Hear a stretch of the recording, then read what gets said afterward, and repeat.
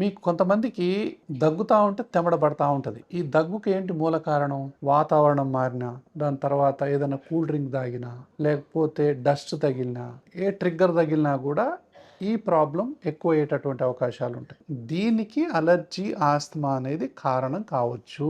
అంటే ఏంటి? వీళ్ళకు ముక్కు దిబ్బడ ఉండొచ్చు, కొంతమందికి చర్మంలో దురద ఉండొచ్చు, కొంతమంది కళ్ళ దురద ఉండొచ్చు, కొంతమంది రన్నింగ్ చేసినా, మెట్లెక్కినా ఆయాసం ఉండొచ్చు. సో దీనికి మనం సరి అయినటువంటి వైద్య పరీక్షలు చేసి ఆస్తమా ఏ దశలో ఉందో తెలుసుకొని, ఇంకేదైనా ప్రాబ్లం ఉందా తెలుసుకొని, తాళానికి తగ్గ తాళం చెవిలాగా వైద్యం చేసినట్లయితే ఈ తెమడ మాటి మాటికి ఊరటం అనేది తగ్గిపోతుంది. దాంతోపాటు దానికి వ్యాక్సిన్లు కూడా అందుబాటులో ఉన్నాయి ఇప్పుడు. దేనివల్ల ఈ తెమడ ఊరుతుందో అలర్జీ టెస్ట్ ద్వారా మనం తెలుసుకునేటటువంటి సదుపాయం కూడా ఇప్పుడు శ్వాస హాస్పిటల్లో అందుబాటులో ఉంది. చక్కటి వైద్యాన్ని పొందినట్లయితే మీరు నార్మల్ లైఫ్ని గడపగలుగుతారు.